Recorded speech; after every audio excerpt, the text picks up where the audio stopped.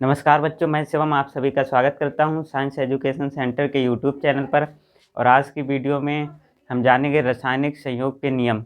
ठीक है, तो चलते हैं हम अपनी वीडियो की तरफ। है और रासायनिक संयोग के नियम आज की वीडियो में हम जानेंगे रासायनिक संयोग के नियम। देखिए, सबसे पहले हम रासायनिक संयोग के नियम को जानने से पहले हमें रासायनिक अभिक्रिया के बारे में जानना होगा और हमें ये जानना होगा कि मतलब पदार्थ कैसे बनता है। जैसे अगर हम बात करें कि जब कोई रासायनिक अभिक्रिया होती है तो आपने देखा होगा कि दो या दो से अधिक अभिकारक जो आपस में जुड़ते हैं और पदार्थ का निर्माण करते हैं। ठीक है, तो ये हमारी होती है रासायनिक अभिक्रिया। और रासायनिक अभिक्रिया में जो अभिकारक जो होते हैं, अभिकारक वो मतलब आपस में किसी ना किसी नियम के द्वारा जुड़ते हैं। तो यही नियम क्या कहलाते हैं? रासायनिक संयोग के नियम कहलाते हैं। जैसे अगर हम समझें, जैसे कोई अभिकारक है, कोई अभिकारक हम यहाँ पे ले लेते हैं, कोई ए अभिकारक है ए। ठीक है, कोई ए अभिकारक है जो बी अभिकारक के साथ मिलके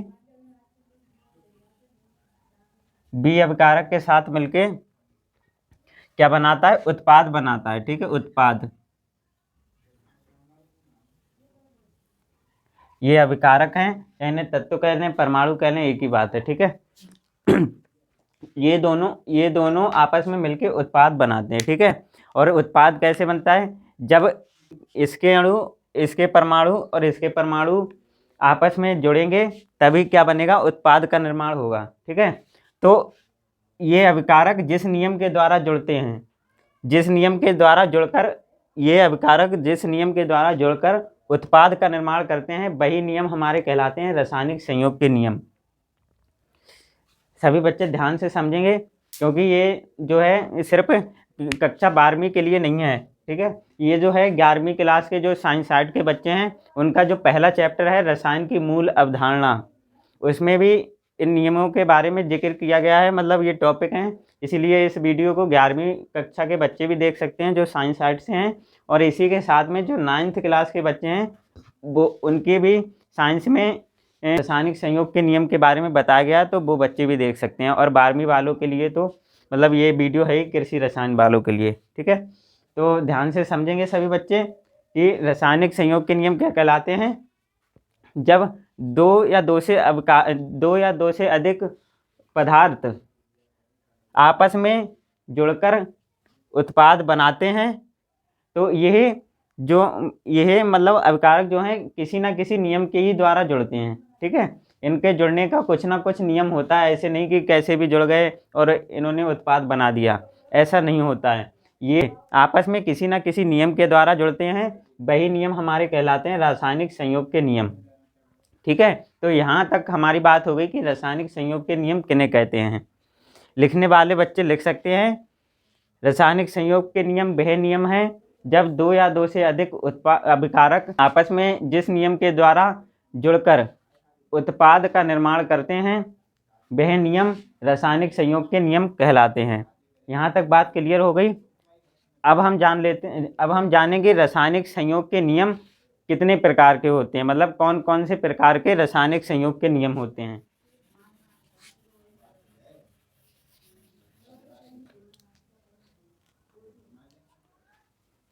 तो ये देखिए, रासायनिक संयोग के नियम 5 प्रकार के होते हैं। पहला होता है द्रव्यमान संरक्षण का नियम, इसके बाद दूसरा होता है स्थिर अनुपात का नियम, तीसरा होता है गुणित अनुपात का नियम, चौथा होता है गैलू-सैक का नियम, और इसके बाद 5वां होता है व्युत्क्रम अनुपात का नियम। ठीक है, तो रासायनिक संयोग के नियम जो होते हैं वो 5 प्रकार के होते हैं। पहला होता है हमारा द्रव्यमान संरक्षण का नियम, इसे द्रव्य अविनाशिता का नियम भी कहते हैं, और इसे स्थिर अनुपात का नियम कहते हैं। ठीक है, इसके बाद तीसरा नंबर जो है गुणित अनुपात का नियम, चौथा है हमारा गैलू-सैक का नियम, इसके बाद जो 5वां है वो है व्युत्क्रम अनुपात का नियम। तो ये है हमारे नियम होते हैं रासायनिक संयोग के नियम 5 प्रकार के। ठीक है, आज हम इनमें से कुछ नियमों के बारे में जानेंगे। इसमें 2 या 1 नियम आज पढ़ाए जाएंगे, इसके बाद अगली वीडियो में आपको ये सारे नियम बता दिए जाएंगे। ठीक है, पहला द्रव्यमान संरक्षण का नियम। ठीक है, इसके बाद हम इसके बारे में आज जानेंगे, द्रव्यमान संरक्षण का नियम के बारे में। और अगर टाइम मिलता है तो इसके बाद दूसरे नियम के बारे में जानेंगे। ठीक है, तो ये नियम है पहला, द्रव्यमान संरक्षण का नियम, इसी को द्रव अविनाशिता का नियम कह देते हैं। ठीक है, लैवासिये ने।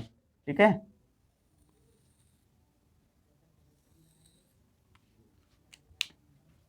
इस नियम को किसने बताया था? लैवासिये ने। लैवासिये लैवासिये ने बताया था। ठीक है, लैवासिये ने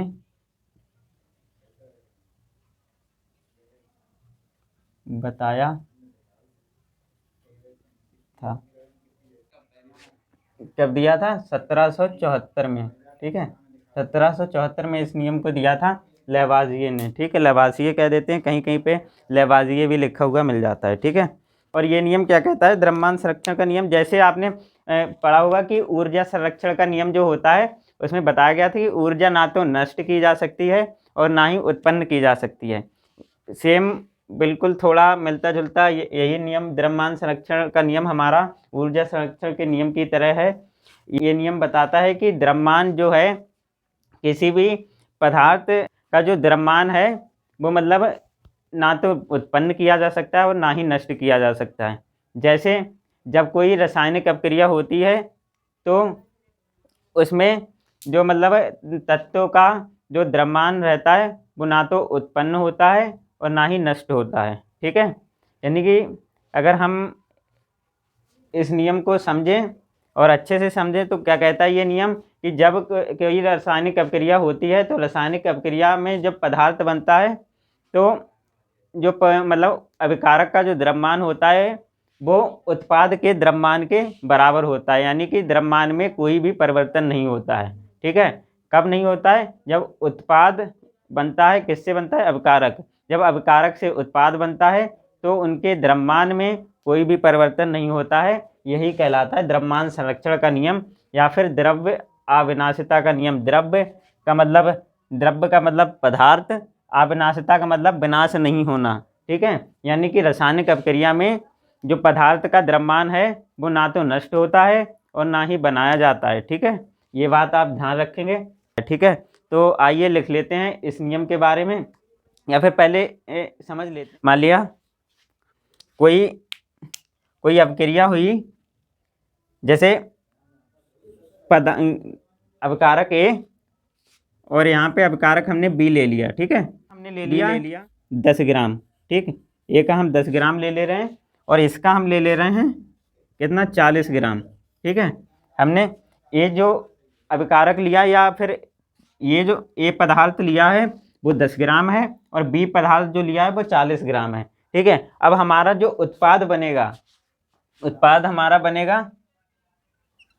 उत्पाद इस अपक्रिया में जो हमारा उत्पाद बनेगा उसका जो द्रव्यमान होगा वो इन दोनों के बराबर होगा। जैसे 10 और 40 उत्पाद जो हमारा ये भी बना उसका जो मतलब द्रव्यमान होगा वो इनके समान होगा। कितना होगा? दोनों का अगर टोटल करेंगे तो 50 ग्राम आएगा। ठीक है, यही ये नियम कहता है कि जब कोई रासायनिक अपक्रिया होती है तो उसमें जो अभिकारक का द्रव्यमान है वो समान रहता है, मतलब ना तो नष्ट होता है और ना ही बनता है। मतलब जितना भी द्रव्यमान या जितनी मात्रा में हम अभिकारक को लेंगे उतनी मात्रा में हमें क्या प्राप्त होगा? उत्पाद प्राप्त होगा। तो यही कहलाता है द्रव्यमान संरक्षण का नियम। इस नियम को लैवासिये ने बताया था। कब बताया था? 1774 में बताया था। और ये आप तो उदाहरण देख ही सकते हैं। अब इसकी थ्योरी लिख लेते हैं। तो देखिए, ये हमने थ्योरी लिख ली है द्रव्यमान संरक्षण के नियम की थ्योरी। ये अपनी कॉपी पर नोट कर लें कि इस नियम के अनुसार किसी रासायनिक अपक्रिया में उत्पाद का द्रव्यमान अभिकारक के द्रव्यमान के कुल बराबर रहता है।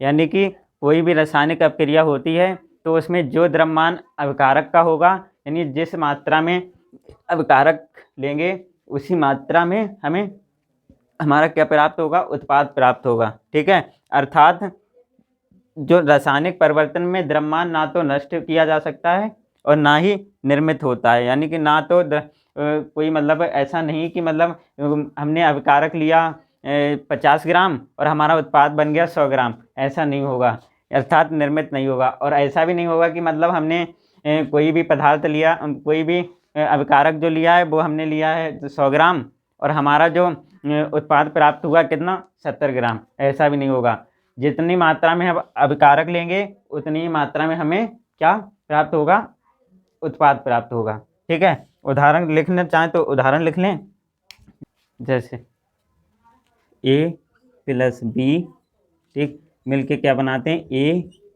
और B।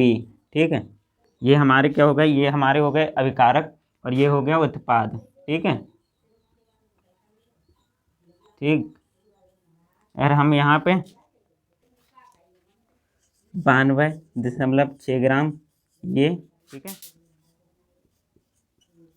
इतने ग्राम ये ले लिया। ठीक है, ने इस मात्रा में ले लिया। हमारा जो ए अभिकारक है उसके जो हमने लिया है 92.6 ग्राम लिया है, और बी अभिकारक जो लिया है वो हमने लिया है 7.4 ग्राम। ठीक है, और हमारा जो उत्पाद जो बन के तैयार होगा वो इन दोनों का योग, अर्थात इन दोनों का अगर योग करेंगे तो हमारा कितना आएगा 100 ग्राम।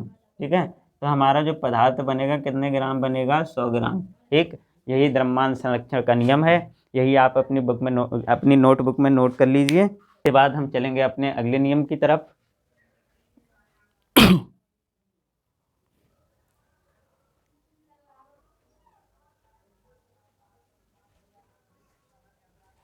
अब चलिए, अभी हमने जाना था द्रव्यमान संरक्षण का नियम, अब हम चलते हैं अपने दूसरे नियम की तरफ जिसका नाम है स्थिर अनुपात का नियम।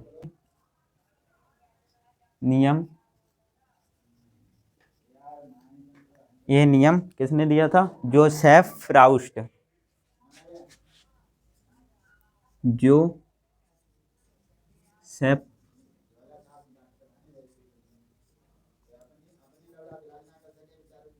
जोसेफ प्राउस्ट ने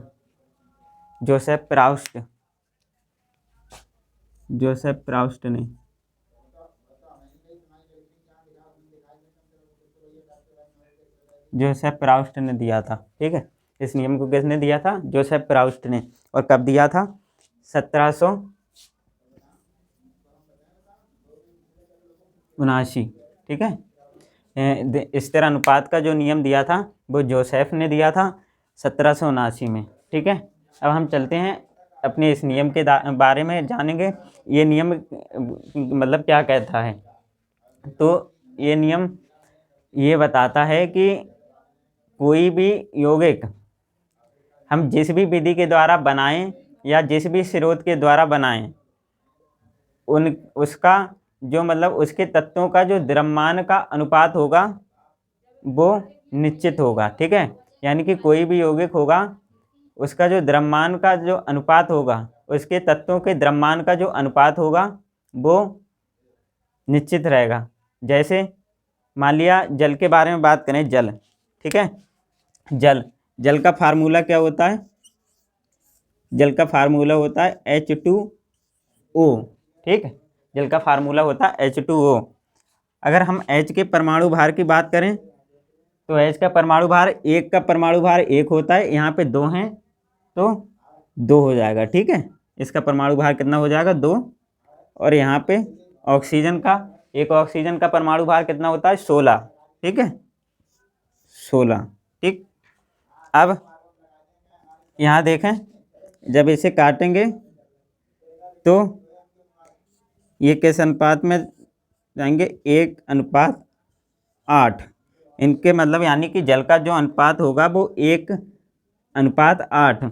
यानी कि कहने का मतलब है कि मतलब हम जल को जिस भी स्रोत से प्राप्त करें, चाहे कोई झरना हो सकता है या तालाब हो सकता है, या बारिश के पानी की बात करें, या हमारे घर में जो नल वगैरह चलते हैं इनसे भी अगर हम जल देखेंगे तो उसका जो अनुपात, चाहे भी हम कहीं से भी जल ले आएँ, उसका जो अनुपात जो होगा वो यही होने वाला है, सेम। ठीक है, एक उसके जो मतलब उसके जो तत्वों के द्रव्यमान का जो अनुपात होने वाला है वो इसी अनुपात में पाए जाएंगे। ठीक है, ये जो अनुपात है इसके द्रव्यमान का अनुपात है। ठीक है, ना कि इनके तत्वों का अनुपात। तत्व के अगर अनुपात की बात करेंगे तो यहाँ पे जो हाइड्रोजन है वो 2 और ऑक्सीजन 1 अनुपात, ये तो हो गया तत्व का अनुपात। ठीक है, 2:1। अगर तत्व के अनुपात के बारे में बात करें तो ये होगा। ठीक है, और जो जल के द्रव्यमान के अनुपात के बारे में बात करेंगे तो हमारा ये वाला हो जाएगा। ठीक है, तत्व का अनुपात और ये इनके तत्व के द्रव्यमान का अनुपात। ठीक है, तो इसमें कंफ्यूज ना हो। तो ये नियम यही कहता है कि हम कोई भी यौगिक किसी भी विधि द्वारा प्राप्त किया जाए या फिर बनाया जाए, इसके जो द्रव्यमान के अनुपात, द्रव्यमान का, उसके तत्वों को द्रव्यमान का जो अनुपात होता है वो सदैव समान रहता है। ठीक है, यही हमारा स्थिर अनुपात का नियम कहलाता है। अब हम इसकी थ्योरी के बारे में लिखेंगे।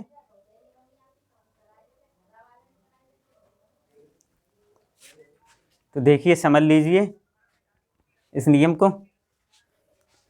इस नियम को जोसेफ प्राउस्ट ने 1779 में दिया था। और इस नियम के अनुसार क्या, कोई भी यौगिक चाहे जिस भी विधि द्वारा प्राप्त किया जाए या किसी भी स्थान से प्राप्त किया जाए, अर्थात कोई भी यौगिक या कोई भी पदार्थ जो भी है वो जिस भी स्थान या जिस भी विधि द्वारा प्राप्त किया जाए, इस यौगिक मतलब जो यौगिक हमने प्राप्त किया, इस यौगिक के अवयवी तत्वों से मतलब है कि वो जो यौगिक है वो जिन भी तत्वों से मिलके बना है, उन तत्वों का जो द्रव्यमान का अनुपात होता है वो सदैव निश्चित रहता है। ठीक है, यानी कि कोई भी यौगिक चाहे जिस भी विधि द्वारा या जिस भी स्थान से प्राप्त किया जाए, उसके तत्वों के, उस यौगिक के तत्वों के जो द्रव्यमान होता है वो, मतलब द्रव्यमान का जो अनुपात होता है वो हमेशा निश्चित रहता है। जैसे हम कार्बन डाइऑक्साइड उदाहरण लिख लें, उदाहरण। ठीक है, ये उदाहरण है हमारा। ठीक है, जैसे कार्बन डाइऑक्साइड की बात करें, ये चाहे जिस भी विधि द्वारा बनाया जाए या जिस भी विधि के द्वारा प्राप्त किया जाए, इसका जो अनुपात, द्रव्यमान का जो अनुपात रहेगा वो कितना रहेगा। देखिए कितना रहेगा इसके द्रव्यमान। कार्बन का जो द्रव्यमान होता है वो 12 होता है। ठीक है, और यहाँ पे जो ऑक्सीजन, एक ऑक्सीजन का द्रव्यमान जो होता है वो 16 और 2 है तो 32। ठीक है, 32। ठीक, अब इसे देख लें, 4 तियां 12 और 4 अट्ठे 32।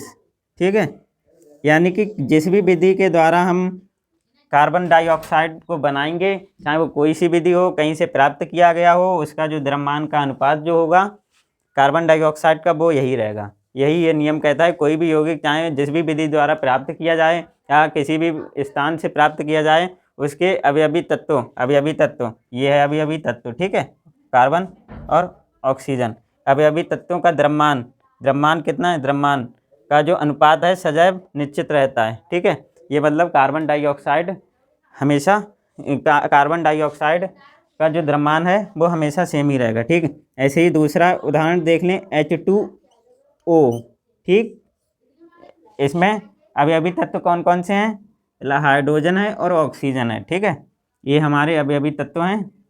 और जल हम चाहे किसी भी विधि द्वारा बनाएं या झरने से प्राप्त करें या तालाब से प्राप्त करें, नदी से प्राप्त करें, नल से प्राप्त करें, उसके जो तत्वों का जो द्रव्यमान का जो अनुपात है वो अनुपात कितना रहेगा, वो हमेशा रहेगा इतना। ठीक है, अभी हमने निकाल के दिखाया भी था, इसलिए ज़्यादा कुछ नहीं, सिर्फ सीधे लिख दिया है, ये 1:8। ठीक है, तो ये भी लिख लीजिए आप। ये हो गया दूसरा नियम। और ये वीडियो सभी के लिए है, 12वीं क्लास एजी के लिए भी है, और 11वीं क्लास जो साइंस साइड के बच्चे हैं वो भी देख सकते हैं, और 9th क्लास के बच्चे भी देख सकते हैं इसे।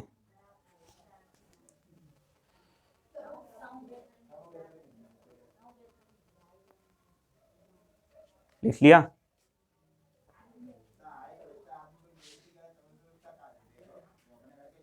तो ये थी आज की हमारी क्लास। आशा है कि आपको आज की वीडियो अच्छी लगी होगी। मिलते हैं अगली वीडियो में, जिसमें हम जानेंगे रासायनिक संयोग के अन्य नियम, जैसे हमारा कौन सा नियम, गुणित अनुपात का नियम, गैलुसैक का नियम और व्युत्क्रम अनुपात का नियम। ये हमारे 3 नियम बचे हैं, अपनी अगली वीडियो में कवर करेंगे। तब तक के लिए नमस्कार, जय हिंद, बाय बाय।